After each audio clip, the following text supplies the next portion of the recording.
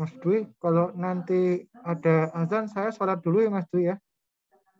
Ya Pak, siap. Oke. Di sini juga Saya baru izin azan sholat ini dulu Pak. ya. Nanti Mas saya masuk Ya, aja dulu. Makasih. baik ya.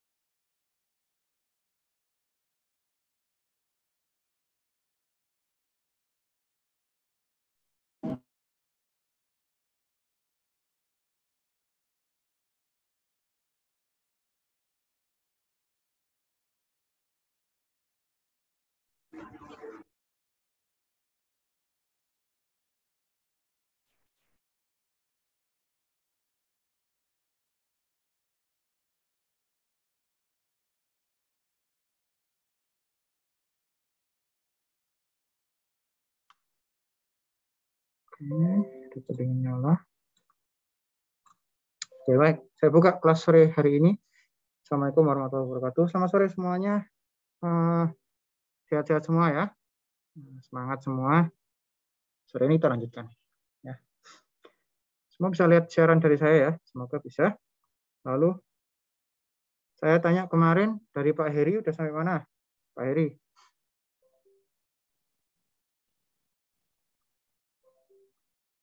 Mahasiswa? Hitung fasa dan sebagainya ya. Nah, anyway, kelistrikan dalam pabrik. Ya, saya tahu ini sore hari. Saya minta semangat ya, semangat. Kita coba selesaikan. Semoga hari ini selesai. Kalau nggak bisa, ya tambah 1 jam lagi. Saya kurang tahu Pak Dwi, pekan depan apakah kita 2 jamnya dipakai untuk ujian modul 3 ya Pak Dwi ya? Ya, rencananya begitu ya Pak ya. Oke, berarti kita punya 2 jam ini bisa kita selesaikan 1 jam mungkin untuk latihan atau apapun ya. Jadi bisa lah, nggak sulit ya. Oke, ya kita lanjut ya listrik ya. Mungkin sedikit ngulang, saya mohon maaf sedikit ngulang. karena hanya untuk bentar. Sabar ya.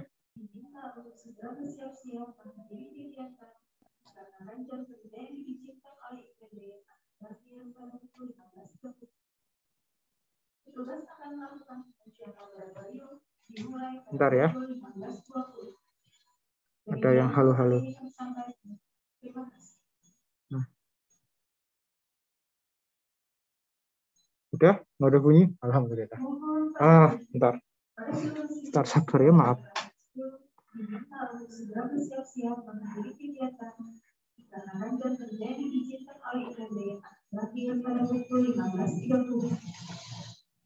Petugas akan melakukan pengujian laboratorium dimulai pada pukul 15.20.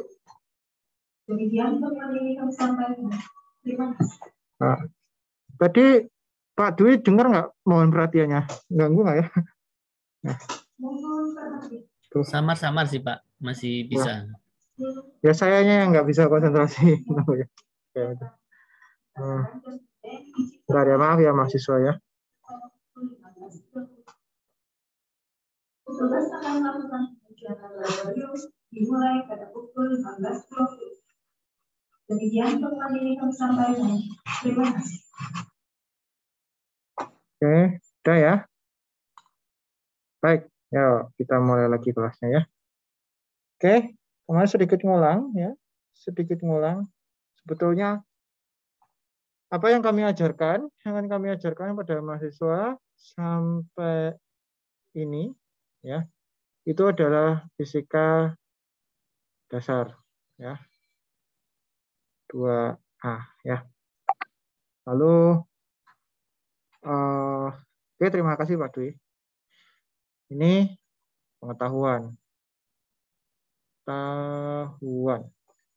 Ini juga sedikit fisika dasar 2A.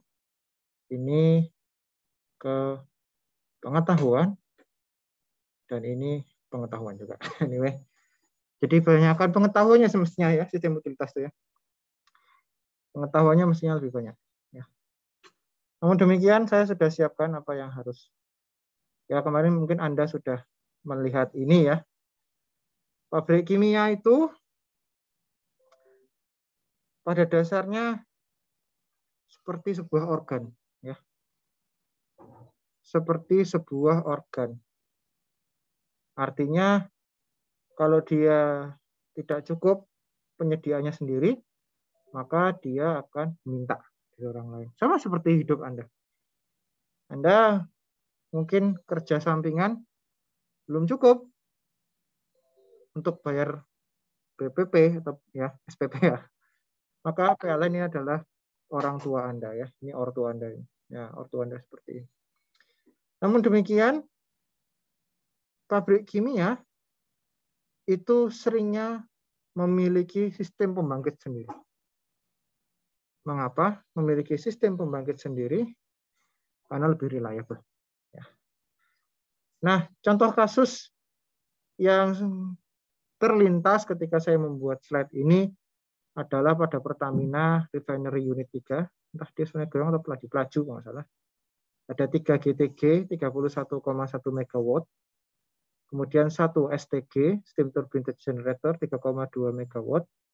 Kemudian 1 buah diesel 0,75 MW, dan tahun 82 terjadi sesuatu yang drastis, jadi generatornya berubah. Mengapa? Karena kalau Anda tahu frekuensi listrik 60 Hz itu ada di mana? Ini ada di US ya, Amerika. Mereka frekuensi listriknya 60 Hz. Kita 50 Hz. Indonesia. Ya. Ini enggak sinkron. Enggak bisa dipakai. Atau alat yang ini bisa dipakai ke yang ini. Alat satu bisa dipakai yang dua, tapi performanya tidak optimal. Ya. Jadi tidak bisa. Nah, akhirnya apa yang mereka lakukan? Ya mereka mengubah sistem distribusinya. Kalau Anda ingat-ingat dari awal kita belajar bahan bakar, ini bab 1, bab 2 yang ada. Kemudian boiler, turbin kukus ini Siklus apa di sini?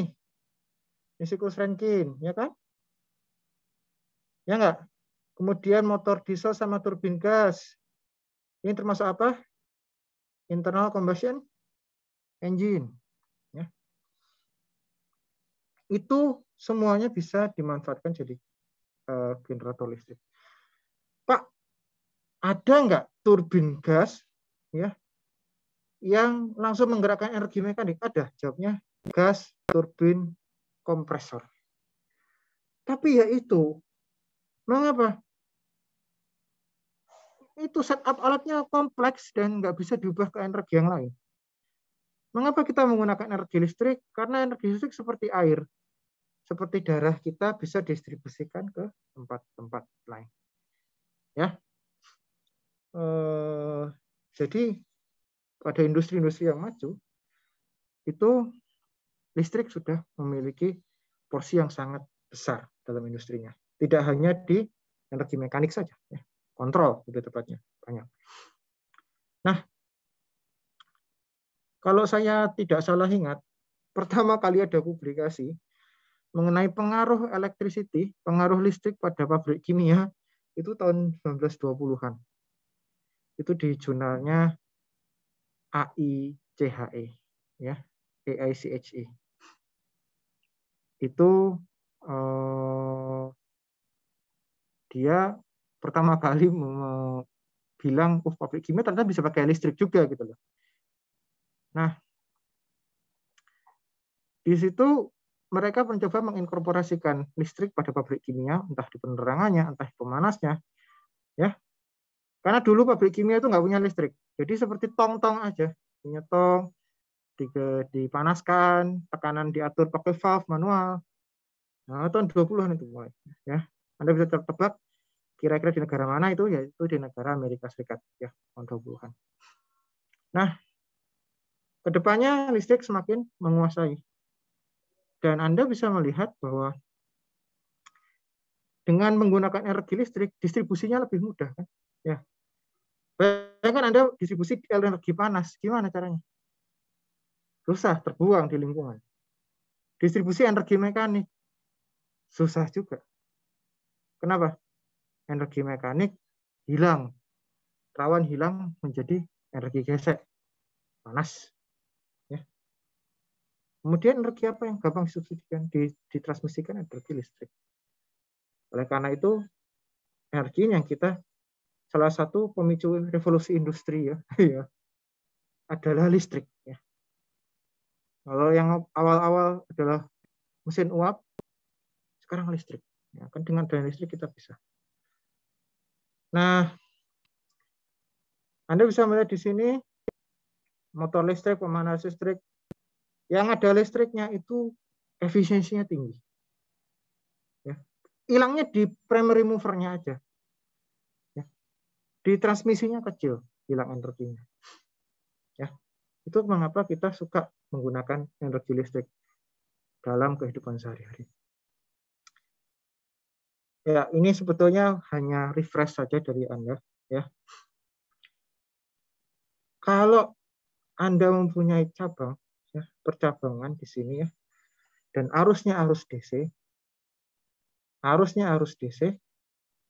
maka di sini jika ada percabangan, maka kita bisa menghitung bahwa, ya, bahwa total arus masuk yang masuk IAB sama dengan apa? Ya, I yang melewati ini dan I yang melewati ini dijumlahkan. Semudah itu karena seperti aliran air, ya. Nah, kita masih awal-awal, masih di sini, masih mudah, ya. Ini sebetulnya cuma fisika dasar saja, ya. Anda bisa melihat di sini. Di sini beda potensialnya 12 volt.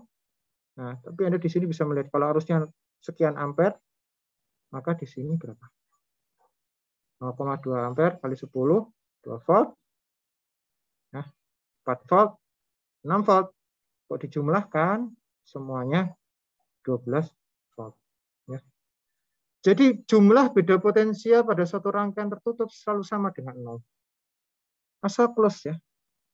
Beda potensial itu tidak pernah, maksud saya, Beda potensial itu disebut beda potensial kalau ini open. Beda potensial di sini sama di sini 12 volt. Tapi begitu udah terhubung, maka dia 0. Satu loop adalah 0. Ya. Ini yang nanti kita hitung. Mengapa ada ini masih arus DC, masih mudah. Ini nggak akan saya jadikan kuis ya, santai ya. Nah, oke. Nah, sekarang kalau tadi kan seri paralel bebannya, ya. Seri paralel bebannya. Bagaimana jika catu dayanya? Ya. Ya, Anda bisa melihat di sini seperti baterai saja di rumah Anda ya. Kalau baterai dipasang seri, apa yang terjadi di sini? Ya, beda potensialnya misalkan 1,5, maka di sini berapa beda potensialnya? 3, ya. Ya kan? Ya. Dengan demikian kita tahu beberapa peralatan itu ada yang sumber dayanya dipasang secara seri, ya, karena ngejar delta V-nya, atau ya dia dipasang secara paralel. Nah, kok dia dipasang secara paralel di sini, kita tahu meskipun delta V-nya tidak tinggi, tetapi dia dapat bertahan lebih lama. Ya, biasanya seperti itu ya. Ya, itu biasa saja. Anyway, ini masih refresh ya, refresh dari kuliah PPP Anda. Nah, catu daya itu bisa dioperasikan sebagai sumber voltase maupun sumber arus. Ya. Seperti itu. Dan Anda bisa melihat di sini ketika sumber arus di sini ya, arus yang masuk di sini ya, itu begitu ada junction seperti ini ada I1, ada I2, maka di sini I total ya seperti ya, I sama dengan I2 tambah I1. Nah, yang harus kita pahami bahwa ini bisa mengalir jika dan hanya jika Anda punya V, dan ada V. Artinya di sini Anda punya delta V. Kalau nggak punya delta V, misalkan di sini delta V-nya 0, ya nggak ngalir arusnya. Ya, semudah itu saja. Ya. Nggak ngalir arusnya. Nah, Anda bisa melihat di sini bahwa baterai bisa dioperasikan secara paralel maupun secara seri. Ya, kalau secara seri ini kita memiliki delta V yang meningkat sejumlah dengan baterai yang kita pakai. Nah, itu masih refresh. Sekarang kita sedikit ke macam pembangkit daya. Ya. Pembangkitan daya pada industri kimia, pada kehidupan Anda sehari-hari, itu 3 macam. Pada dasarnya ya, daya itu diberikan kepada Anda, khususnya daya listrik. Ya. Yang pertama, ya, kenapa kayak gini? Ya. Yang pertama, yaitu generator DC. Ya. Generator DC. Yang kedua, generator DC itu apa? Generator DC bisa nggak? Bisa. Atau baterai. Yang kedua adalah generator AC. Ya. Pada dasarnya adalah pembangkit energi. Generator sama-sama generator. Baterai, generator, dan transmisi listrik dari luar. Seperti itu saja. Ya. Kalau Anda melihat di sini, ya, ini ada I, ada V. Kalau dia ada di region ini, ya, artinya dia mendeliver power. Kalau ada di region ini, maka dia menerima power. Itu saja. Ya. Anda harus tahu bahwa I adalah vektor. Okay? Dan dia mengalir dari voltase tinggi ke voltase rendah. Kalau voltase badan Anda 3000 volt, saya tanya, Anda colokin tangan Anda ke listrik PLN, jangan dicoba di rumah. Ya. Misalkan Anda super power, ya, Anda punya 3000 volt, Anda electric man gitu. Kira-kira Anda kesetrum nggak? 3000 volt. Badan Anda punya beda potensial 3000 volt. Nyolokin tangan ke colokan listrik, ya. Colokin pakai garpu mungkin. Nah, Anda kira-kira celaka nggak? Saya tanya.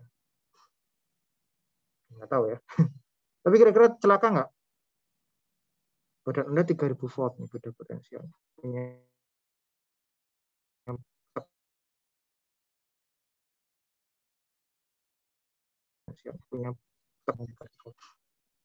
ya, celaka enggak ya, karena listrik selalu mengalir dari potensial tinggi ke potensial rendah. Anda malah disedot tenaganya sama alirannya. Mengapa Anda bisa tersetrum? Karena beda potensial Anda lebih rendah daripada listrik di rumah Anda. Ya, itu saja. Ini hanya refresh. Oke, mana tadi? Nah, oke, ini refresh. Oke, sekarang kita menganjak ke arus bolak-balik. Ya. Pada saat Anda mempunyai arus DC, generator DC itu ada di mana sih? Contohnya, Anda bisa melihat generator DC di mana? Banyak, tapi Anda tahu RC car ya, remote control car. Kalau dinamo listriknya Anda balik jadi generator ya. Nah, awalnya generator dulu itu seperti ini. Ya. Generator dulu itu seperti ini. Dia punya cincin seperti ini ya. Terus di sini ada kumparannya. Kumparannya seperti ini. Ya, kumparannya seperti ini. Nah, oke. Di sini ada magnet, north dan south. Anda tahu ya aturan tangan kanan ya. Ya kalau teman saya dari elektro selalu ngomong, teman kita dari prodi power ya. Kalau di universitas lain disebut sebagai prodi teknik tenaga listrik ya, atau prodi arus kuat ya. Itu mereka yang dipelajarinya gampang kata teman saya. Kenapa? Ada magnet, ada kumparan, mereka gerak-gerakin jadi listrik. Ada listrik, ada magnet, ada kumparan, dialirkan jadi gerakan. Nah ini itu saja ya. Nah, ini untuk arus satu arah. Mengapa satu arah? Karena ya kita vektornya ke arah sini saja. Nah sekarang saya tanya, kalau arus keluar baterai itu bentuknya gimana? Apakah seperti ini? Ataukah dia lurus seperti ini? Apakah satu atau dua? Arus keluar baterai. Yuk, ada yang mau jawab di sini? Arus keluar baterai. Satu atau dua? Dua, Pak. Nah, mengapa Henry dua? Ya saya mikirnya konstan aja sih. Kalau misalkan kayak satu, nanti lampunya nyala hidupnya kayak ini gitu. Iya, makasih Henry. Ya, itu pendapat orang yang awam ya, nggak apa-apa dan itu masuk akal ya. Nah, mengapa kok baterai seperti ini? Karena dia udah punya beda potensial. Baterai itu seperti air galon, aqua galon ya, aqua galon gitu ya. Gini, ya air akan mengalir dari apa ini? Ini kan di sini ada delta P hidrostatik ya. Ya dia akan ke bawah terus, ya. Dia akan mengalir sampai habis. Jadi sebetulnya baterai itu kan seperti ini, ya ke bawah. Sementara kalau dinamo, ya atau generator DC atau inverse dari dinamo, itu karena nggak mungkin kan, kita gimana caranya? Anda garis gaya magnetnya gimana? Ya nggak? Anda berpikir kan, garis gaya magnetnya kan pasti ke arah sana. Ya, kok Anda putar seperti ini, mau ketemu kayak gimana pun, tetap akan ada pemutusan gelombang. Sebetulnya seperti itu. Jadi pemutusan gelombangnya gimana? Ya dia kalau Anda pakai aturan tangan kanan aja ya. Ya, begitu posisinya ada di atas sini, taruhlah ada di atas sini, koilnya, ya dia nggak menerima garis gaya magnet. Ya. Atau arusnya sudah tidak perpendikular atau 90 derajat nyebrang gaya magnet. Jadinya gimana? Ya nggak menghasilkan arus. Kalau kalau Anda aturan tangan kanan masih ingat ya untuk TPB. Kalau Anda sejajar itu ya, harusnya sejajar, tidak cross ya. Itu nggak ada gerakan. Nah, maka dari itu inilah ya sudah niscaya pasti seperti ini untuk generator DC. Lalu saya tanya, nah generator DC kok bisa keluar arus seperti ini, bagaimana caranya? Ini T, ini I. Mengapa bisa keluar arus seperti ini? Ada yang pernah punya prakarya waktu Anda SMA? Enggak. Ada yang pernah membuat adaptor di sini? Belum? Oke. Jadi mengapa? Ya, siapa? Siapa yang udah pernah? Enggak, Pak. Saya prakarya, Pak. SMA ada, cuman nggak bikin adaptor, Pak. Oh, bikin apa? Prakaryanya masak, Pak. Masak. Iya, Pak. Masak. Menarik. Oke. Saya sudah makan. Ya prakarya. Saya prakarya waktu SMP saya bikin adaptor. Nah, itu aslinya adaptor itu dari arus seperti ini, ya kan, arus AC itu melewati namanya dioda. Lambangnya seperti ini. Jadi seperti ini. Nah, setelah seperti ini, kita lewatkan dengan namanya kapasitor. Saya lupa simbolnya. Jadinya nanti dia menjadi gini. Nanti dilembutkan lagi kapasitor kedua, jadi seperti ini. Ya. Jadi arus listrik yang Anda nikmati itu is not taken for granted gitu loh.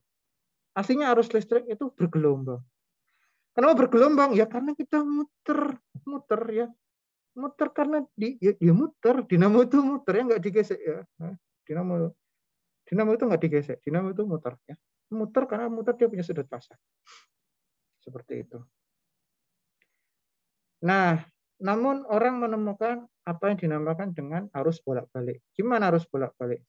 Simple di sini, yaitu salah satu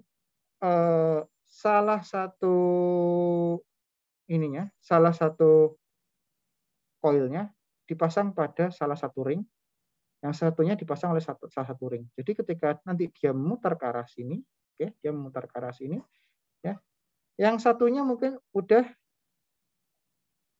drop ke sini, dan satunya sebetulnya naik, tetapi dia ke arah negatif. Seperti ini. Nah, biasanya carbon brush ini orang katakan sebagai booster. Nah, ini pelajaran juga.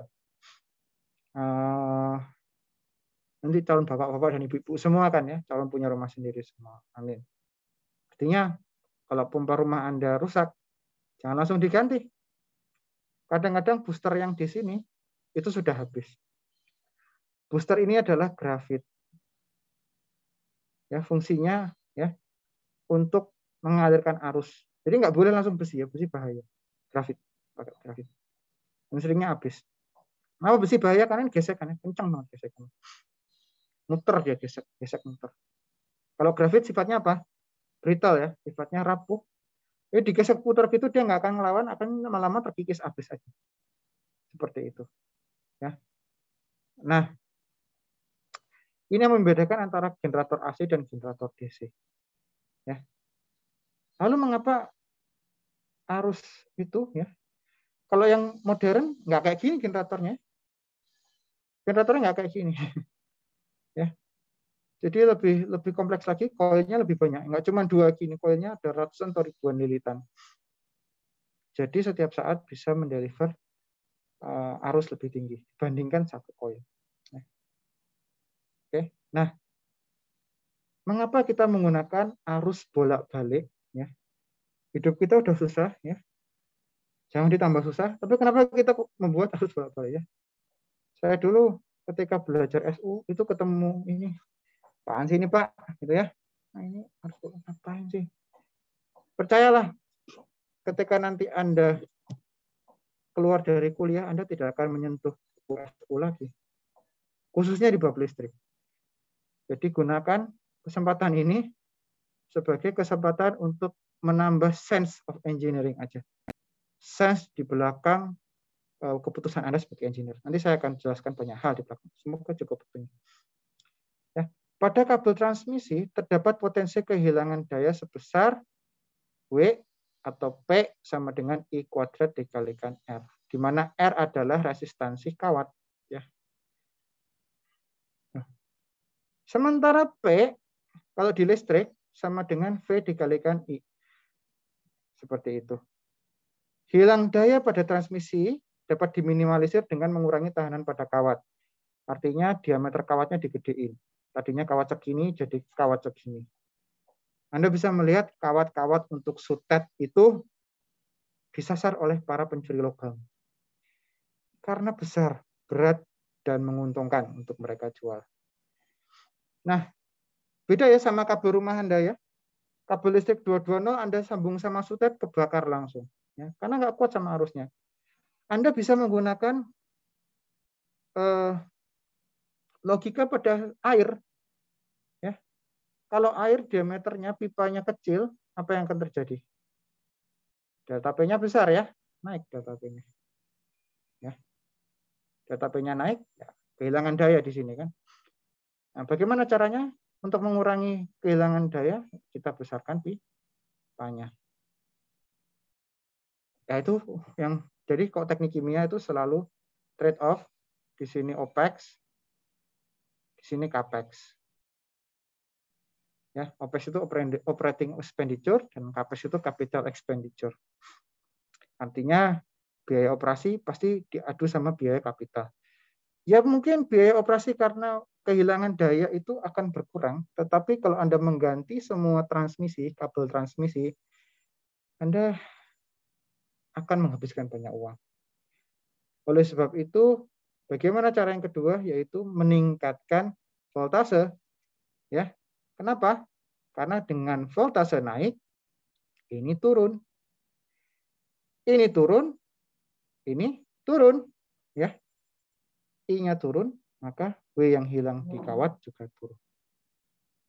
Tapi biasanya kita lakukan keduanya. Jadi kalau untuk yang besar itu kabel yang listriknya besar itu ya, insulasinya bagus dan apa? Tegangannya sangat besar. Makanya disebut sebagai sutet. Apa kepanjangan sutet? Saluran udara tegangan ekstra tinggi. Ya, saya lupa berapa kVA. Di atas 300 kalau nggak salah. Lebih dari itu. Ya.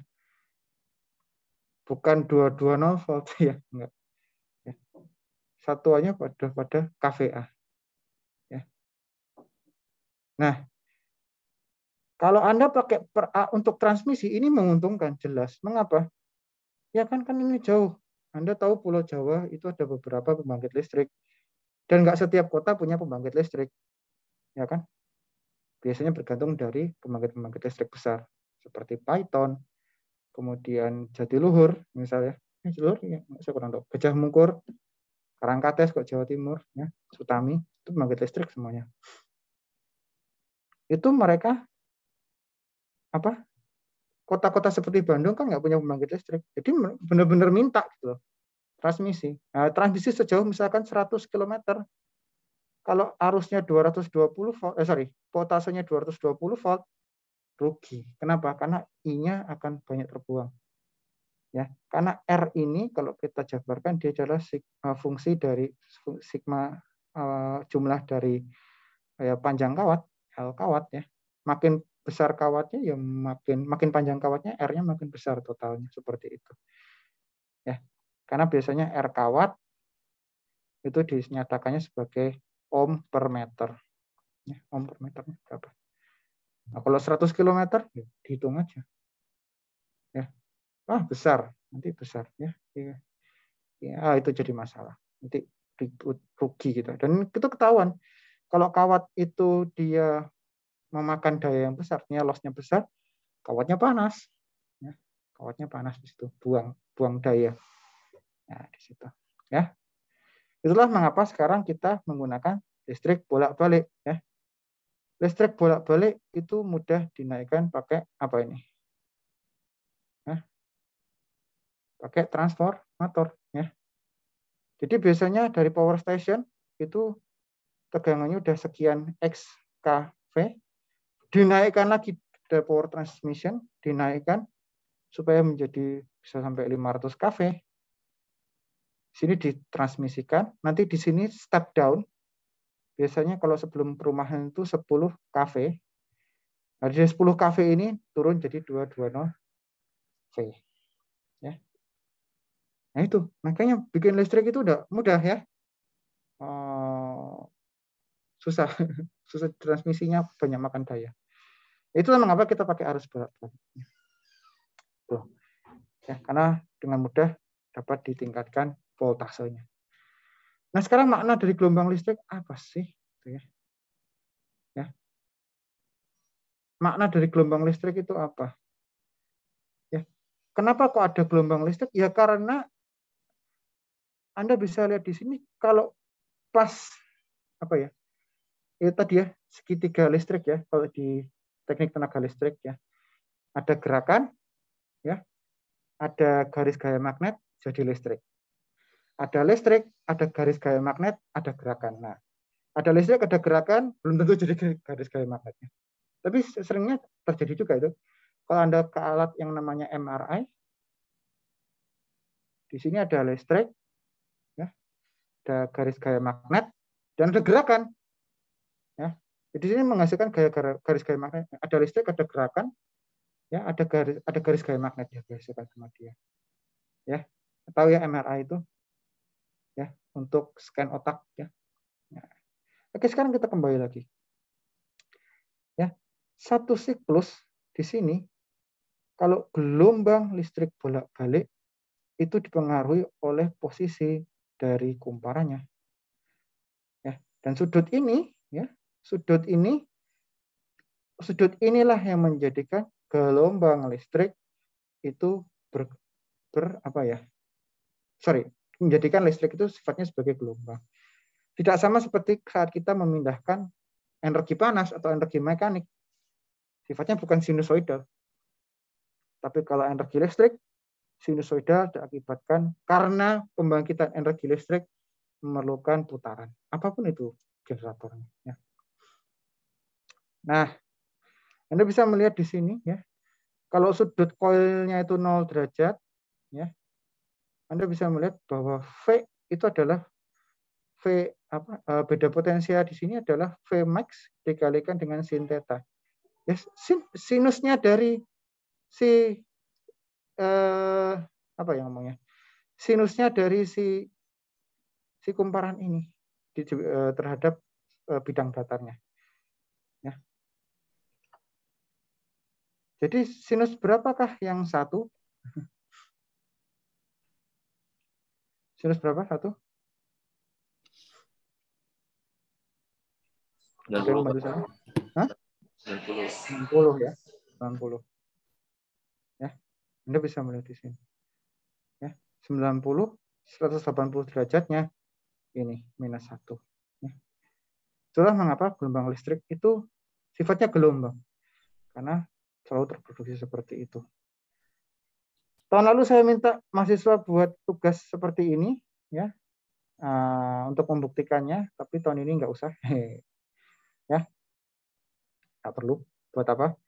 Karena kita ingin buat berbeda tugasnya, ya. Oke. Nah, makna dari gelombang listrik, ya. Mengapa kok VT itu adalah VM dikalikan sin omega T, ya. Karena omega ini, ya, apa ini? Kecepatan sudut, ya, kecepatan sudutnya. Nah, Anda bisa melihat bahwa sangat dipengaruhi oleh kecepatan sudut. Di sini kita bisa melihat ada namanya V root mean square, ya. V root mean square itu adalah V yang terbaca oleh multimeter. Okay. V yang terbaca oleh multimeter. Kenapa? Multimeter bisa nggak baca listrik sini satu-satu? Saya tanya. Kan V-nya beda-beda nih. Mengapa kok multimeter di Indonesia kita hubungkan dua listrik ini, colokin, keluarnya 220 volt. Mengapa seperti ini? Ya. Anda harus tahu bahwa itu adalah root mean square. Ya. Root mean square dari V maksimalnya. Ya. Jadi Anda tahu nilai 0,707 itu apa sih? Ya, Anda coba cari sendiri ya. Ini setengah akar 2 bukan? Ya. Coba Anda cari sendiri. Mengapa kok rumusnya 0,707? Ya. Nah, Anda bisa melihat di sini namanya voltmeter atau multimeter tidak bisa baca ini V setiap waktu. Kenapa? Nggak kepegang sama matanya dia. Kenapa? Ya karena 50 Hz. Apa arti 50 Hz? 50 gelombang di dalam 1 detik. Ya nggak? 1 detik ada 50 gelombang listrik. Nggak kebaca. Nah, pembuktian listrik itu gelombang seperti ini selain penurunan secara matematik adalah kita menggunakan alat namanya osiloskop. Ya. Alat osiloskop ini kita hubungkan, kita jadinya tahu. Osiloskop itu sendiri kalau kita hubungkan dia awalnya apa? Geser-geser gini. Nah, nanti baru kita tuning, kita perhalus kelihatan satu. Nah, mengapa geser-geser kayak gini? Ya karena 1 detik 50, bayangin 1, 2, 3, 4. Ya, hitung sendiri, gambar sendiri. Saya gambarnya saya nggak bisa. Ya. 1 detik 50 gelombang, 50 cycle 1 detik. Ya. Akhirnya nggak pegang sama multimeter, dan untuk osiloskop sendiri pun, ya dia harus capture data dengan well tune, yang di-tune dengan baik. Oke. Nah, di sini Anda silakan kerjakan secara mandiri dulu. Oke. Kerjakan secara mandiri dulu. Apabila diberikan voltase rata-rata, ini artinya VRMS ya, bukan Vmax itu. Di Indonesia ada 220 volt. Berapakah voltase maksimal dari aliran listrik VM di Indonesia? Ya, ya gampang kan? 220 sama dengan VM dikalikan 0,707. Atau apa? Atau ini sembarangan, sorry. Pastinya nggak boleh langsung, sorry. Dikalikan dengan 2 PFT ya. Ya enggak? 2 PFT. Atau 0,707 aja, coba Anda cek ya. 0,707. Berapakah di sini? Silakan dicek nanti di rumah ya. Sedang di rumah ya, dicek ya. Ya. Anda juga bisa melihat di sini ya bahwa VT itu setiap saat itu berubah ya sesuai dengan si frekuensinya. Perubahan VT itu sangat dipengaruhi oleh si omega ini. Jadi kalau omeganya makin cepat, makin tinggi, ya VT ini dia berubahnya makin cepat. Nanti kita bicara mengenai hal itu ya. Sampai sini paham ya? Kita coba cek pakai 0,707 aja ya. Ini karena sudah baku VRMS sama dengan VM dikalikan ya ini 0,707. Nah, bagaimana caranya agar balik lagi ya. Gunanya apa sih mencari V-peak di sini sebetulnya ya? V-peak di sini pada dasarnya kita hanya ingin tahu beda potensial maksimal yang dihasilkan oleh si generator tersebut ya. Sisanya nggak ada. Yang doable ya ini VRMS. Namun demikian, hati-hatilah. Alat Anda mempunyai Vmax yang bisa dihandle sama dia. Oke. Alat kuno ya. itu mereka punya 100 sampai 140 volt mungkin. Alat-alat modern 200 sampai 240 volt. Ya. Artinya kalau si V-peak-nya ini ketinggian, alat bisa mengalami kerusakan. Atau setidaknya Anda harus tetap berhati-hati karena bisa jadi performanya tidak optimum. Ya. Seperti itu. Nah, beda sudut fasa. Anda tentunya sudah belajar ini di TPB ya. Ini R, ini L, ini C. Ya. Ketika kita pure inductance, oke, maka apa? Arusnya mendahului satu fase. 90 derajat lebih cepat. Ya. Mendahului arusnya. Kalau pure resistance, maka arus dan beda potensial, arus dan voltase akan beredar, akan bergelombang pada fasa yang sama. Kalau kapasitif, nah ini dia, ya, arus akan ketinggalan, ya, ketinggalan 90 derajat, ya, seperti itu. Nah, sekarang saya tanya, kalau kita menghantarkan daya P sama dengan V dikalikan dengan I. Inginnya kita yang mana? A, B, atau C? Ya, mahasiswa. A, B, atau C? Inginnya yang mana? Dilihat dari grafiknya. Ada mau jawab? AK, BK, atau C? Dari mana? Diam aja. Yang mana yang bagus menurut Anda? Ya. Yang bagus adalah B. Ya. Kenapa? Di sini nilai P-nya sama dengan I yang ini dikalikan dengan V.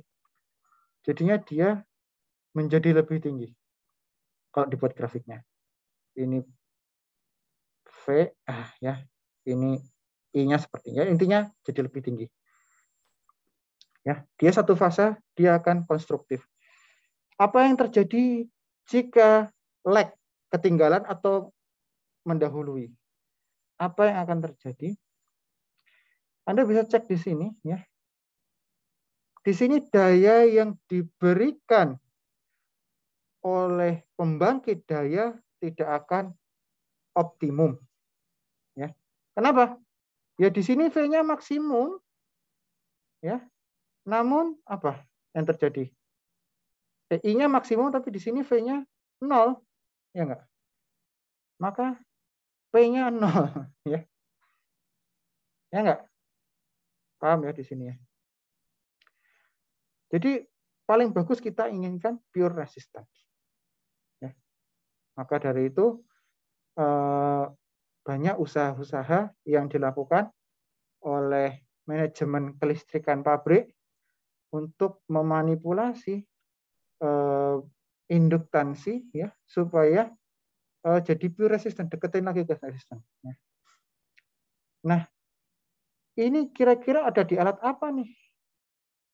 Induktansi kumparan itu ada di alat apa? Yuk mahasiswa, kumparan ada di alat mana ini? Alat apa yang ada di sini? Mahasiswa? Ada di alat apa ini kumparan? Oh, di alat di pabrik? Ada yang jawab. Nggak apa-apa. Ada di generator itu sendiri. Ya. Ada di mana lagi? Ada di motor listrik. Ya, setiap yang bergerak membutuhkan kumparan, dia pasti punya induktansi.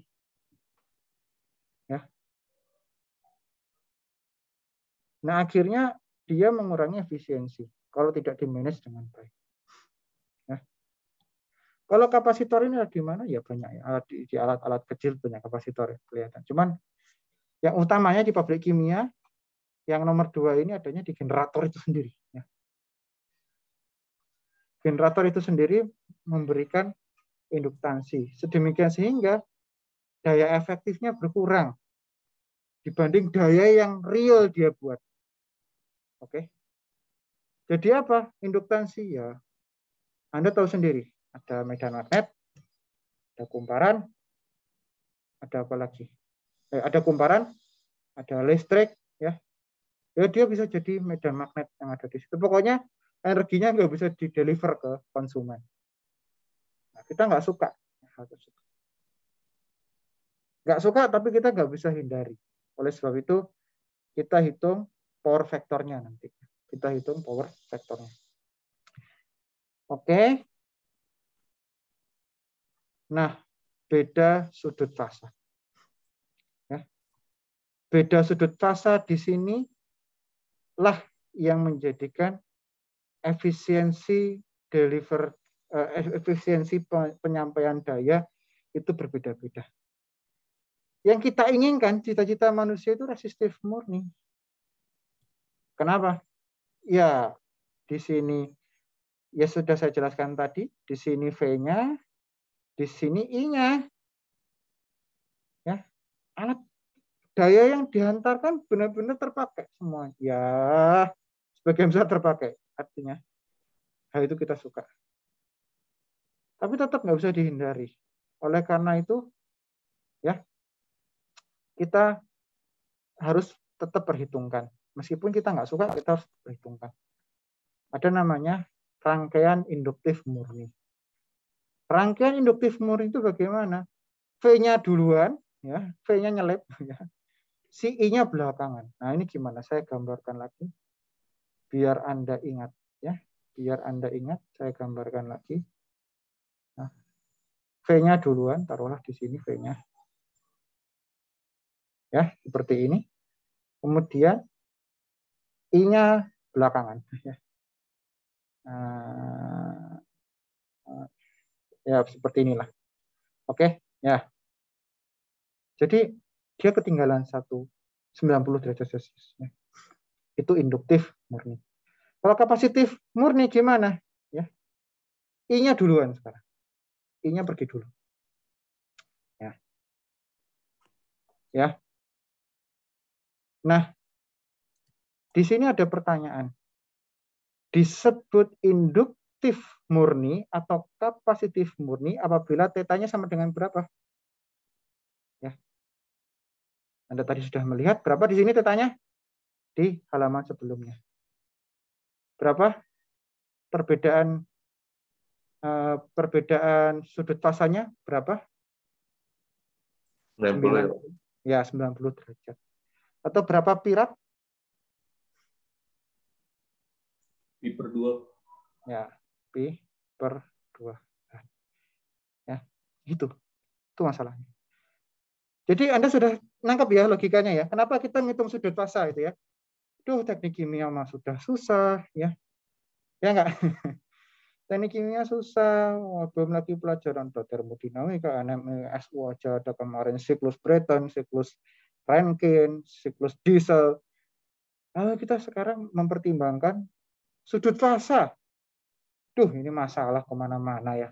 Tapi tetap Anda tahu, minimal gini, mengapa kami berikan perhitungan seperti ini? Kalau Anda pernah menghitung ya, pernah menghitung dan benar, dibuktikan saat ujian, benar, kerja sendiri atau tugas atau ujian, itu nanti seumur hidup Anda akan ingat. Karena saya yakin, saya, Pak Dwi, Pak Tirto di sini, sangat yakin Anda tidak akan membuka bab listrik lagi seumur hidup Anda.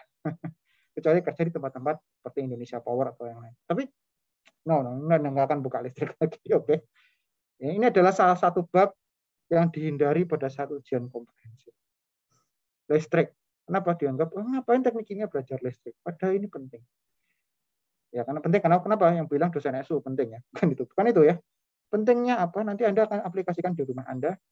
Anda akan tahu kalau Anda sebagai pengambil kebijakan, Nah, itu penting. Nanti kita akan lihat. Oke.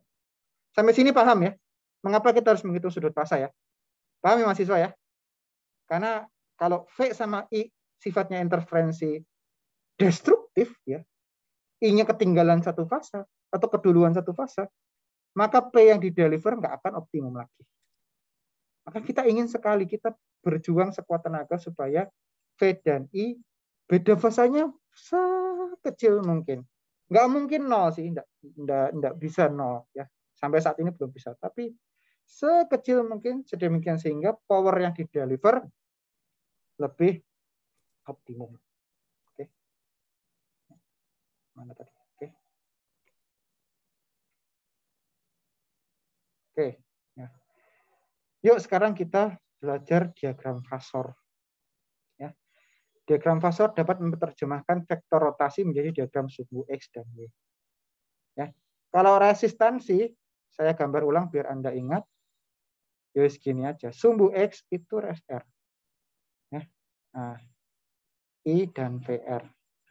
Gampang kan? Nah, kalau induktansi murni, ya, Anda bisa melihat di sini, ya, I-nya di sini, V-nya udah nyampe sini. Ke sini putarannya. Ya. Oke. Kalau kapasitansi murni, kapasitif murni, kebalikannya, I-nya udah nyampe sini, ya, V-nya masih sampai sini. Putaran ke arah sana. Ya, ini I, ini VC. Ya, yang ini VA. Ya. Dari sini kita paham ya. Kita ingin mencoba sekuat tenaga, sistem itu deketan ke sinilah ya. Misalkan V-nya di sinilah. Jadi sedemikian sehingga P yang dideliver makin baik.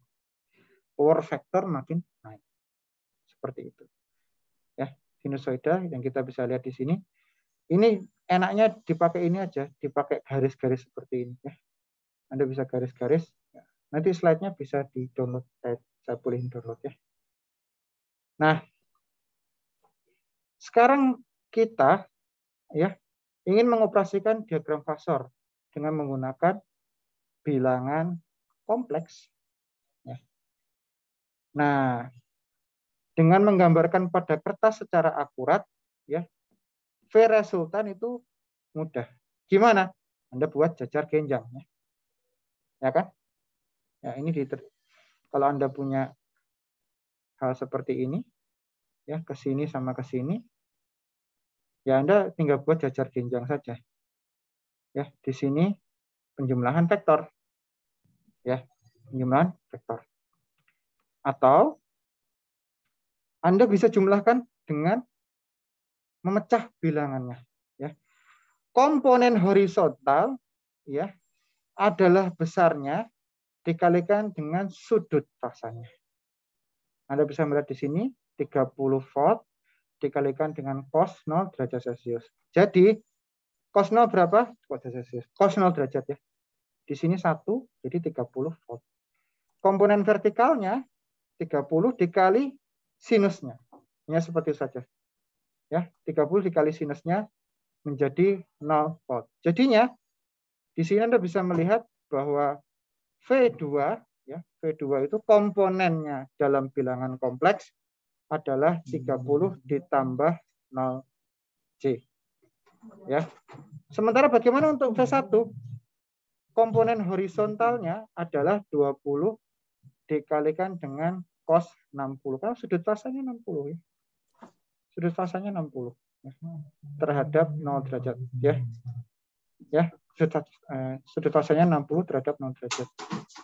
Oke. Ini 60 derajat ya, di sini 60 derajat. Ya gampang, 20 dikalikan cos 60. Elemen datarnya seperti itu. Sementara elemen tegaknya adalah 20 dikalikan sin 60. Jadi nanti ya, nanti penjumlahannya, penjumlahan vektornya, penjumlahan bilangan kompleksnya ya mudah. Ya. V2 ditambah V1. Ya. Nah, besar ya. Besar dari Magnitude dari voltasenya Anda bisa jumlahkan pakai ini ya. Ini 30 ya dari V2 ya, ini dari V2 ditambah 10 dari V1 elemen datar kuadratkan ini akar ya, ditambah 0 ditambah 17,32 ya. Kalau secara dia apa? Kalau secara vektor Anda bisa menjumlahkannya juga. J ditambah J, I ditambah I itu adalah V resultannya. Oke, itu kita berbicara dulu untuk bilangan kompleks. Oke, sampai sini paham? Saya yakin hanya mengulang saja ya. Ya Anda bisa melihat ya bahwa itu hasilnya seperti ini nih. Tak gambar gini, tak ulang ya. Ke kanan VR. Ke atas VL. Ke bawah VC. Meskipun ada bilangan imajiner, bilangan apa? Bilangan kompleks. Di sini hanya ada bilangan real plus J. Jadi nggak ada I, nggak ada J, nggak ada K. Ingat ini yang sering mahasiswa terjebak di sini, jebakan Batman-nya di sini. Ya, ingat ini sudah tidak ada, ini tidak dibahas di sini. Tidak ada I, J, dan K. Adanya bilangan real ditambah suatu bilangan kompleks J. Ya, hanya itu saja. Jadi nanti V resultan, VT atau V resultan, ya, sama dengan ya VR, ya VR ini ditambah VL dikurang VC, wes gitu aja. VC itu pasti dia negatif. Dia sifatnya meredam V supaya tidak duluan. Ya. Makanya kalau kita nanti saya bahas nanti ya, kalau generatornya menghasilkan induktansi yang terlalu besar, kita pasang kapasitor di situ untuk stop. Jangan terlalu laju. Ya. Nah, di sini sudah saya siapkan latihan. Anda catat soal ini. Ya. Mengapa saya pas kasih latihan ini? Karena saya sangat yakin Anda sering terjebak kalau tidak pernah berlatih bilangan kompleks. Ya, ini Pak Dwi mungkin di ini ya, di screenshot ya soal nomor 1 untuk latihan hari ini ya. Oke, terima kasih. Mahasiswa screenshot ya untuk soal latihan hari ini. Ini dulu belajar dasarnya dulu. I sama J. Ya. Belajar, yuk. Halo? Udah, nggak ada dulu ya. Jadi hanya itu saja. V resultan itu pasti VR ditambah VL dikurang VC dalam domain J. Ya, inilah lebih enaknya. Ya, VR ditambah VL dikurang VC dalam domain J. Dah itu aja. J menghentikan CL. Dah. Jadi tidak susah. Ya. Anda kerjakan ini ya. Mungkin pekan depan bisa dikumpulnya. Nah, theta itu apa? Theta itu adalah arc cos arctan ya, arctan atau inverse tangen dari imajiner dibagi dengan realnya berapa. Seperti itu saja ya.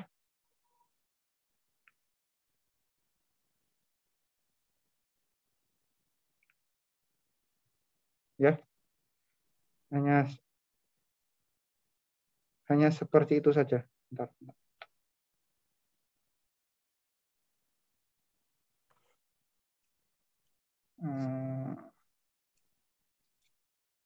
Oke. Ya. Hanya seperti itu. Jadi tidak ada I, J, dan K. Ya, nggak ada. Jadi hanya ada bilangan real dan bilangan J, bilangan imajiner. Baik. Ya. Anda bisa melihat di sini garis urutannya seperti itu, dan nilai tan theta adalah yang tegak dibagi dengan yang mendatar. Theta di sini. Gampang ya? Ini Y, ini adalah X ya. Di sini adalah imajiner dibagi dengan real. Semudah itu. Oke. Anda cek di sini, Anda screenshot, Anda kerjakan sendiri di rumah. Oke. Nah, sekarang mari kita belajar namanya impedansi. Ya, impedansi adalah resistansi efektif yang terukur pada rangkaian AC. Z sama dengan V yang di-deliver dibagi dengan I yang ada. Ya. Untuk sistem resistif murni, Z sama dengan R ditambah 0J. Dah itu aja. Ohm. Satuannya adalah ohm. Anda tentu sudah belajar ini di TPB. Ya. Anda seperti itu. Ya. Impedansi cuma seperti itu. Ya.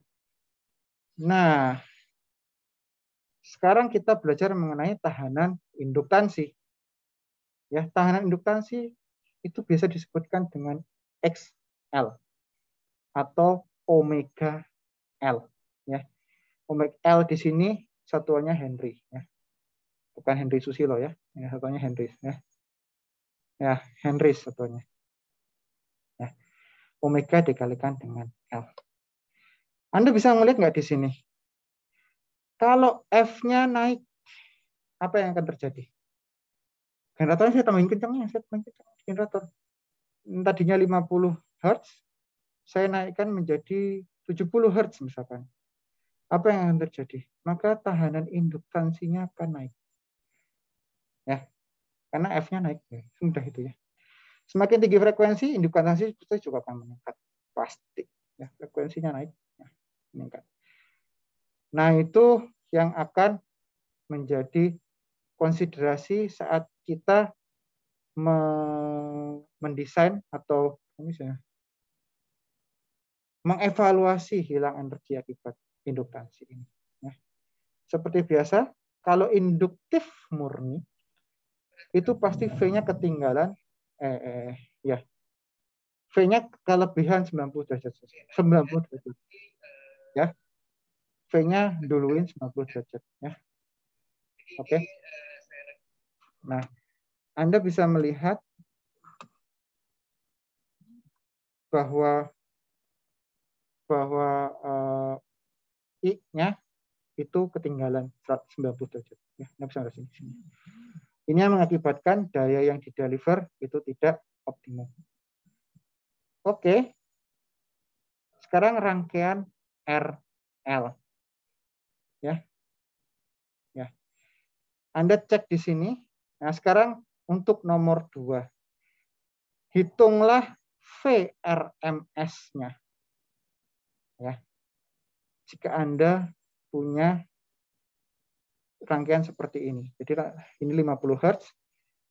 Dia mendeliver 4 ampere, ada beban 30 ohm dan tahanan induktansi 0,5. Ada induktor di sini, entah dia kumparan, entah dia motor listrik. Yang jelas dia memiliki induktansi sebesar setengah Henry. Ya, silakan di screenshot. Ya, carilah VRMS-nya. Ya, VRMS adalah V yang terukur. Ya, seperti itu. Oke, paham ya VRMS-nya. Nah, di sini udah kelihatan di sini impedansinya ya. Impedansinya berapa? Nah, Anda bisa cek di situ ya. Ingat ya, Z sama dengan V dibagikan dengan I. Ya. Ya. Nah, Anda di sini mencari V ya. Taunya I. Z-nya dihitung ya. Dihitung. Z-nya dihitung. Oke. Z-nya dihitung dari situ. Nah, bagaimana cara menghitungnya? Ya, Anda bisa menggunakan pendekatan seperti ini. Ya. I sama dengan VRMS di sini dibagi dengan Z. Ini adalah Z. Wes, gitu aja. Ya, itu mengapa saya buat ini jadi tugas supaya dicatat. Ya, ini catatan aja. Sekarang RC. Tadi RL, sekarang RC. RC ini arusnya yang ngeduluin atau ya arusnya mendahului atau si V-nya ketinggalan 90 derajat. Ya, seperti itu. Ya, bagaimana cara menghitung tahanan akibat induktasi XC? Ya, seper omega C. Nah, Anda bisa melihat di sini kalau frekuensinya naik, apa yang akan terjadi? Berarti tahanannya berkurang. Beda ya, kalau frekuensinya naik, XL naik. Kalau frekuensinya naik, XC turun. Nah, karena sifatnya seperti itu. Ya. Kenapa? Karena dia ini. Pokoknya yang jelas ketinggalan. Dia ketinggalan. VC-nya ketinggalan. Nah, Anda coba cek di sini. Ya. Hitung I yang lewat kapasitor. Nah, saya kasih sekarang V-nya sebagai VT. Nah, latihan berikutnya ini ya.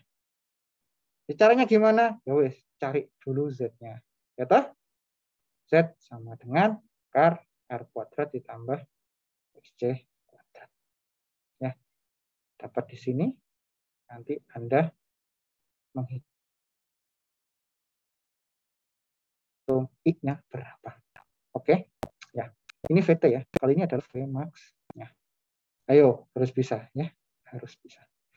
Diutak-atik saja, digonta-ganti. Ya, ini tugas kedua ya.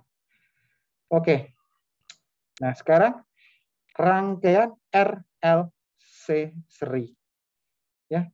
Jadi jangan pernah tertukar. Kalau Anda punya RLC itu nggak ada ceritanya IJK, bukan. Pasti ya nggak ada. Jadi IJK itu nggak ada urusannya di sini. Nggak ada IJK, oke? Jadi aman ya, nggak ada IJK. Yang ada hanyalah real ditambah imajiner dengan tambahan simbol J. Nah, impedansi Z sama dengan akar dari R kuadrat ditambah XL dikurang XC kuadrat. Nah, ini sifatnya apa jadi? Anda bisa melihat di sini bahwa sifat induktansi adalah berkebalikan dari sifat kapasitansi. Maka dari itu tadi saya katakan kepada Anda, sifat induktansi dan sifat kapasitansi itu berkebalikan. Dan kalau mengurangi hilang daya akibat induktansi yang berlebihan, kita pasang kapasitor di situ. Oke? Nah, ya kita bisa lihat di sini bahwa kalau mau diingat-ingat ya, VL itu selalu pergi ke atas, VC selalu pergi ke bawah. Jadinya resultannya kita ingin ya VR ya itu kok bisa VL dan VC-nya itu saling menghilangkan. Ya. Bikinnya gitu ya pengennya. Resultannya resultannya kok bisa ke tengah semua. Ya tapi nggak mungkin. Jadi Anda bisa melihat di sini. Di sini yang ada di sini yang di garis orange ini, garis jingga ini, VR tambah VL kurang VC.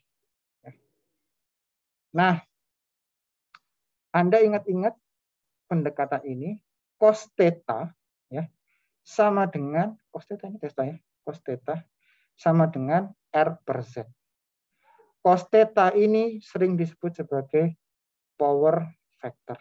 Ya, diingat-ingat ya. Cos theta adalah R per Z. Ya. Oke. Nah, sin theta tinggal diulak-balik. Yang paling penting lainnya adalah tan theta.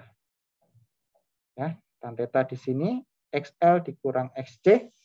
Resultan dari dua yang tegak, satunya tegak ke atas, satunya tegak ke bawah. Ya, resultannya berapa ya? Terserah resultannya berapa ya. Oke.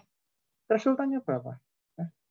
Bisa jadi resultannya cuma segini karena yang ke atasnya lebih tinggi daripada yang ke bawah. Ya itu. Jadi di sini adalah imajiner, yang di bawah adalah real. Jadi didapatlah tan theta. Seperti itu. Ya ini yang Anda harus ingat di sini adalah power factor adalah cos theta. R per Z. Ya. Kalau Z-nya makin gede, nah itu artinya cos theta-nya makin apa? Makin kecil. Ya kan? Z-nya. Kalau gimana supaya caranya power vektornya 1? Ya kalau bisa Z-nya sama dengan R, ya enggak? R sama dengan per R ya. Ya kan? Sama dengan 1. Artinya apa? Ini bisa saling meniadakan, ya. Tapi hal tersebut tidak mungkin terjadi di kehidupan nyata, ya. Pasti sesuatu, ya. Cos theta-nya 0,8, 0,9 udah bagus seperti itu. Oke. Nah, ini di screen capture lagi. Anda hitung impedansi total, kemudian hitung arus total, dan hitung faktor daya. Ini cos theta. Theta ya ini. Theta. Oke. Anda screenshot lagi. Ya. Nanti dikumpulkan pekan depan. Oke. Ya. Seperti itu. Gimana RLC paralel? Nah, bisa juga RLC paralel bisa juga seperti ini. Z-nya sama dengan 1/, dari 1/R kuadrat ditambah 1/XL dikurang 1/XC. Seperti itu. Jadi 1/Z sama dengan seperti ini. Ya, karena kalau 1/Z ya bedanya seperti itu. Ya, nanti tetap ingat cos theta tetap R per Z. Mau dipasang paralel, mau dipasang series, dia tetap.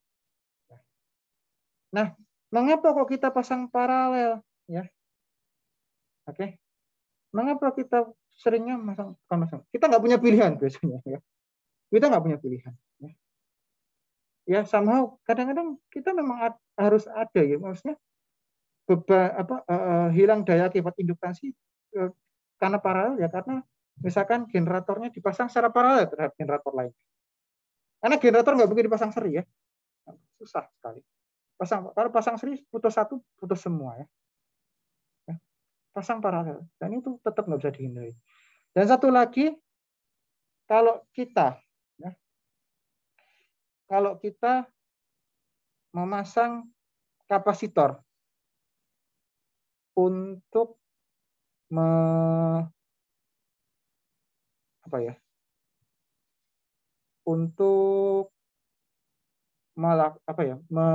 menanggulangi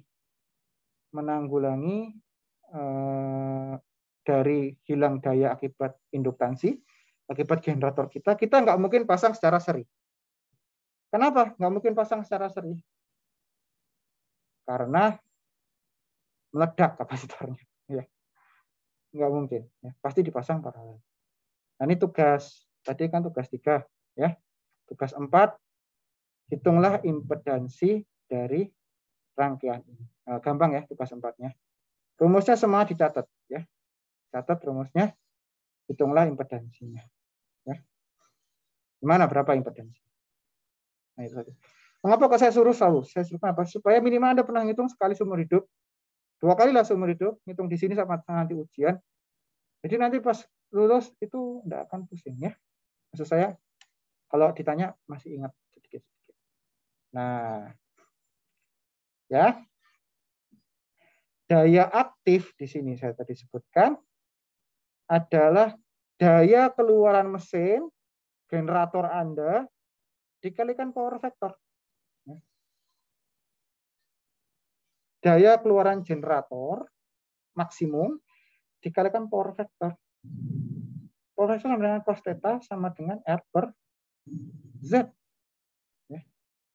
Kita inginnya cos theta-nya 1. Jadi gimana supaya Z ini mendekati ke R? Nah, itu makanya kita utak-atik. Ya, kita utak-atik, kita berikan kapasitor. Ya. supaya Z-nya mendekati R, supaya P aktifnya itu bagus. Ya. Masalahnya kalau kita membangkitkan daya, ya itu pasti ada namanya reactive power, daya reaktif. Nah, daya reaktif ini kita nggak bisa ngapa-ngapain.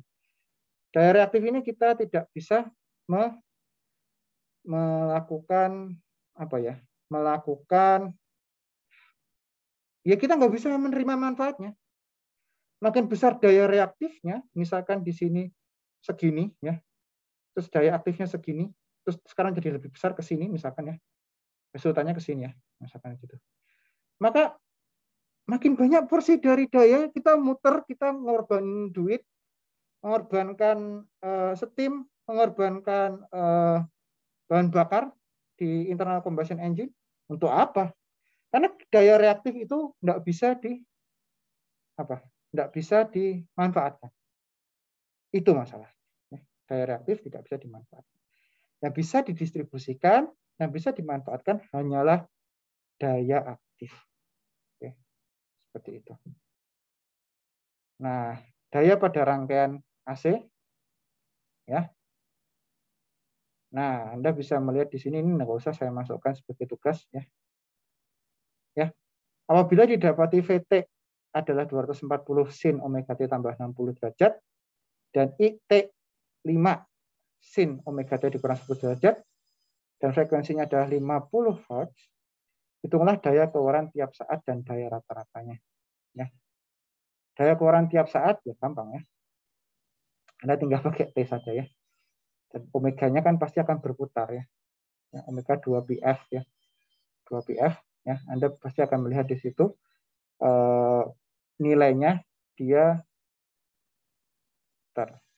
nilainya pasti akan berputar. Kenapa? Ada gelombang sinusoidal di situ ya. Nah, kalau daya rata-rata tadi kita sudah tahu ada root mean square. Nah, root mean square itu coba Anda cari di Google, apa itu root mean square? Bagaimana cara mencari root mean square? Oke. Jadi dari sini akan ada sambungannya nanti. Oke. Nah, sekarang Anda harus bisa mengerjakan ini ya. Apabila diketahui R-nya 30 ohm, L-nya 200 mH, dan frekuensinya 50 Hz, hitunglah impedansi dari solenoid. Ya, ini adalah rangkaian solenoid. Kemudian arus yang melewati solenoid, kemudian sudut fasanya, dan daya rata-rata yang dikonsumsi oleh solenoid. Ini jadikan tugas 5. Nah, tugas 5. Bawahnya ini tugas 5. Tugas nomor 5. Mengapa? Anda harus tahu bahwa dia ngabisin duit Anda berapa. Ya. Tapi mengapa kok kita nggak bisa menghindari solenoid? Selalu ya, solenoid itu ada di generator. Selalu ada di motor listrik. Nggak ada ceritanya motor listrik nggak ada solenoidnya, nggak mungkin seperti itu.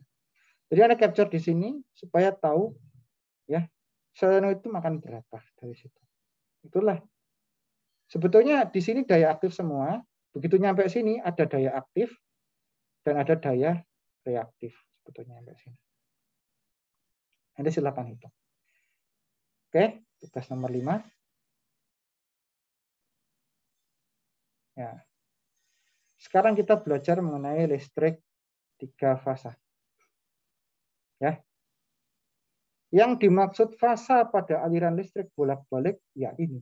Satu fasa ya. Ya, satu gelombang seperti ini.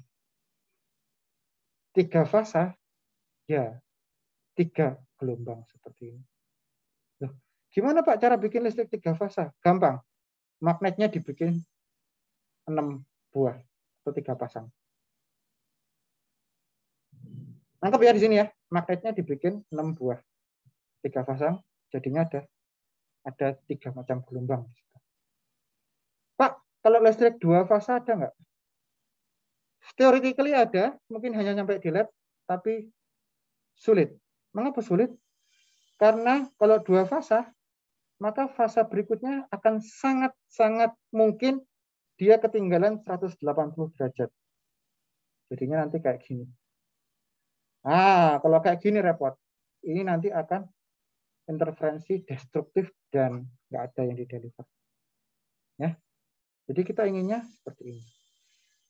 Nah, listrik 3 fasa ini menawarkan current density lebih besar. Artinya kita bisa menyampaikan listrik ya secara lebih efisien melewati kabel listrik sutet. Nah, 3 fasa itu seperti itu. Ya. Jadi 3 fasa itu bukan kok gelombangnya 1, 2, 3, bukan seperti ini, bukan. Tetapi di dalam generatornya dia punya 6 kumparan, jadi 3 pasang north dan south. Ya. Jadinya ya ginilah. Ya, ya gambaran saya jelek, sorry. Ya, gambaran saya jeleknya ya, seperti itu. Jadi ada tiga macam. Ya, beda masing-masing fasa 120 derajat. Ya. Bedanya masing-masing fasa 120 derajat. Ya. Nah, di sini kita tahu bahwa ini menawarkan current density lebih besar. Sekarang saya tanya, jadi fasa itu harus ini kan, harus ganjil ya, 1 fasa, 3 fasa, 5 fasa ya. Ada nggak 5 fasa?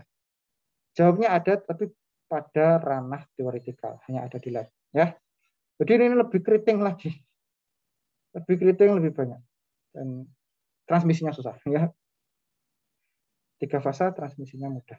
Ya, teknologinya sudah dikuasai. Oke. Nah, alasan menggunakan 3 fasa, ini tadi sudah saya bilang pada Anda, listrik 3 fasa menghasilkan rapat daya yang lebih tinggi dibandingkan 1 fasa. Sehingga dengan tingginya rapat daya tersebut, maka ukuran kabel transmisi dapat diminimalisir. Ya, supaya apa? Supaya kabelnya nggak terlalu berat. Ya, kalau 3 fasa itu. Tapi Pak, kalau kesetrum 3 fasa sakit nggak? Sakit ya, sakit sekali ya. Ya, meninggal. Oke. Anda bisa melihat di sini. Dari power plant, itu mereka keluar 30 kV, ditaruh di sutet, itu 500 kV. Ya. Sutet nih ya. Sutet. Terus sampai di step down, distribution, 69 kV, yaitu lalu lagi ke dekat rumah Anda, trafo step down lagi, 10 atau 7,3 kV. Ya. Nah, di sini nanti dia ngambil nih, karena 3 fasa itu, ya, dia ngambil kok 1 fasa gimana caranya Pak? Dia ngambil cuma dari salah 2 dari, misalkan dari kawatnya ini. Ya sebetulnya ini adalah hal yang tidak perlu terlalu tegang dalam mempelajarinya. Ya mengapa pakai 3 fasa? Ya, mengapa pakai 3 fasa? Karena rapat dayanya lebih tinggi. Ya, mengapa rapat dayanya lebih tinggi? Anda bisa bayangkan bahwa lebih keriting, jadi dalam 1 detik ya itu lebih, kalau sama-sama 50 Hz itu V dan I-nya lebih banyak ya, lebih rame lah seperti itu. Karena ada tiga buah gelombang di situ. Nah, lalu ada yang penting lagi adalah 3 fasa ketika rapat dayanya tinggi, dia punya keuntungan, yaitu dapat meminimalisir atau ya mengecilkan ukuran kabel transmisi. Bayangkan kalau 1 fasa 500 kVA, mungkin kabel transmisinya gede, segede kambing itu ya. Ya besar itu ya. Diameter gede itu. Karena 1 fasa rapat dayanya kecil. Rapat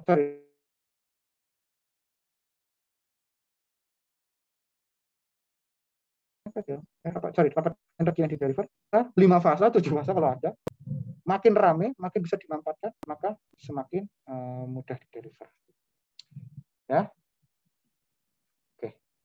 Nah, rangkaian listrik 3 fasa generator itu akan seperti ini. Ini adalah rangkaian Y. Ya. Ini adalah fasa, ini netral. Cara mengambilnya biasanya dari salah satu sini dan ke sini kita ambil. Nah, ini jadi 1 fasa. Nah, seperti itu. Anda pernah ngerasa nggak kabel listrik itu 3, bukan 2 kadang-kadang ya. Dia mengambil dari netral dan fasanya. Ada rangkaian Y, ya, beda sudut antara fasanya itu adalah 120 derajat. Ya, seperti itu.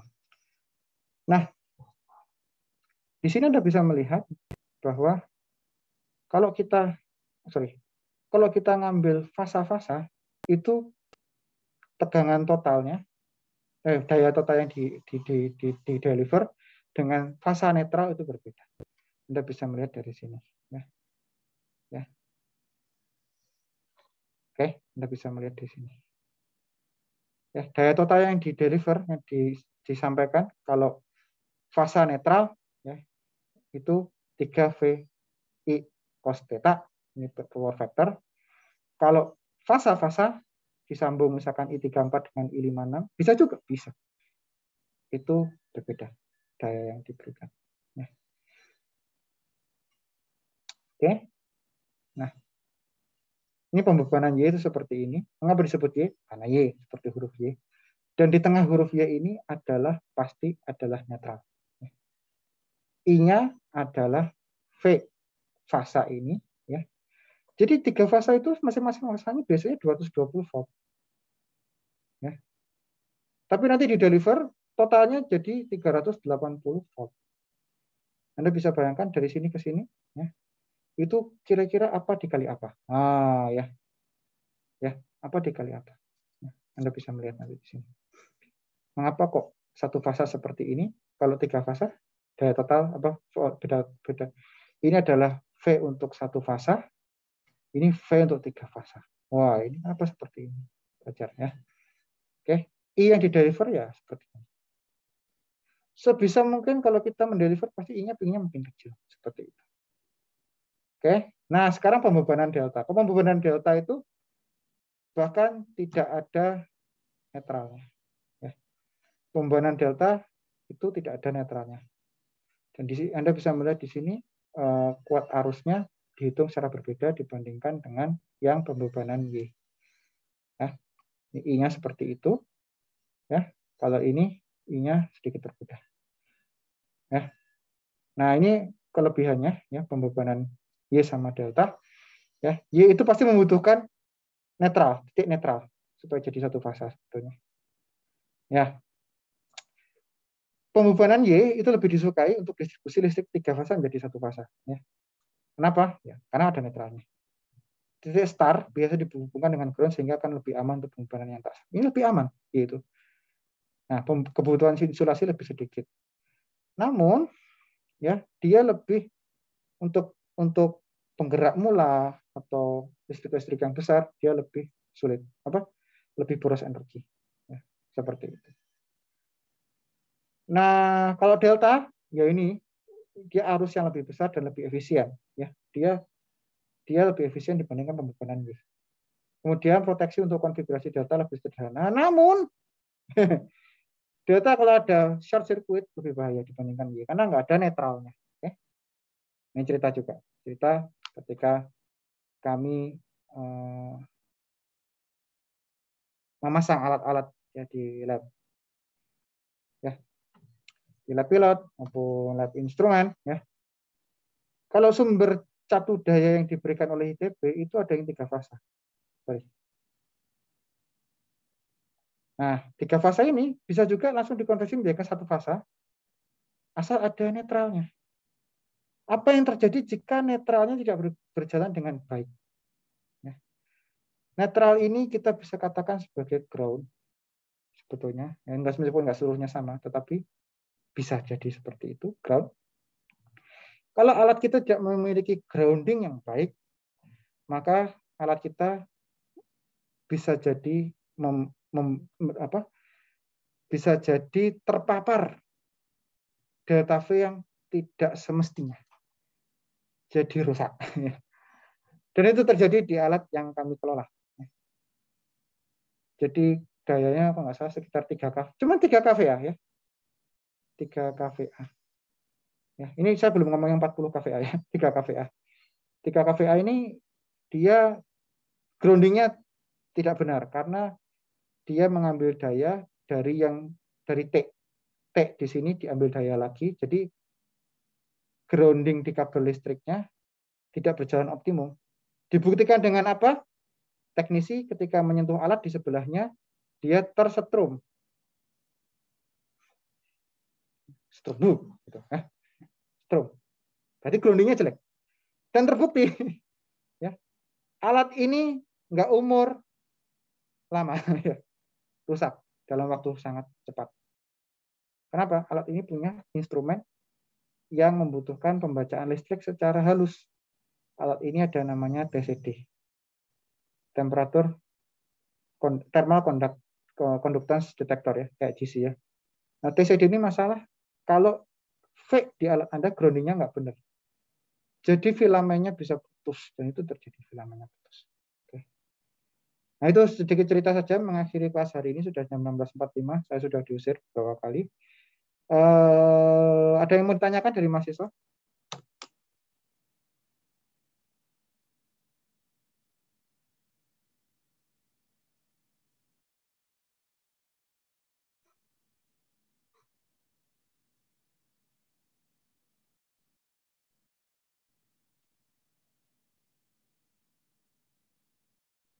Udah? Nggak ada?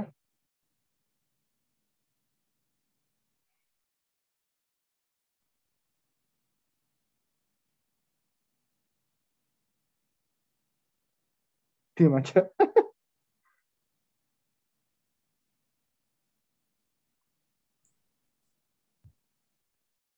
Oke, kalau